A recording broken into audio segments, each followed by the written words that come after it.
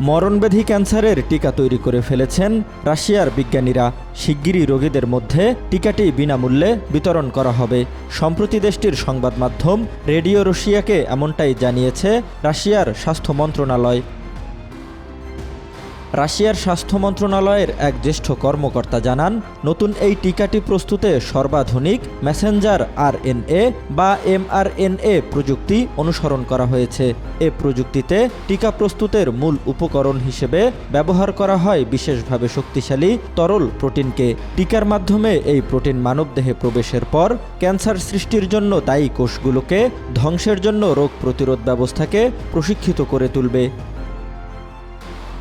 রাশিয়ার শীর্ষস্থানীয় মেডিকেল গবেষণা কেন্দ্রের তত্ত্বাবধানে টিকাটির মেডিকেল ট্রায়ালও শেষ হয়েছে। ট্রায়ালের ফলাফল পর্যালোচনা শেষ করে জানা গেছে, টিউমার গড়ে ওঠা এবং সেখান থেকে ক্যান্সারের কোষ সারা দেহে ছড়িয়ে পড়া রোধ করতে নতুন এই টিকার কার্যকারিতা বেশ সন্তোষজনক। তবে এই ভ্যাকসিনটি কী ধরনের ক্যান্সারের চিকিৎসায় ব্যবহৃত হবে বা কিভাবে এটির প্রয়োগ হবে সে সম্বন্ধে এখনও কিছু জানায়নি রাশিয়া। পাশাপাশি ভ্যাকসিনের নামও প্রকাশ করেনি।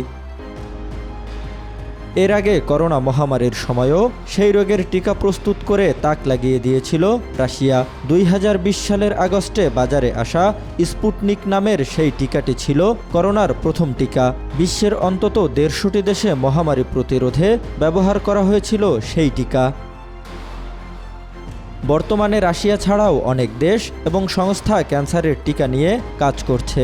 প্রোস্টেট, ব্লাডার এবং কিডনির ক্যান্সারের প্রতিষেধক নিয়ে গবেষণা চলছে, কিন্তু সেসব প্রতিষেধক এখনও পরীক্ষামূলক স্তরে আছে বলেই জানা গিয়েছে।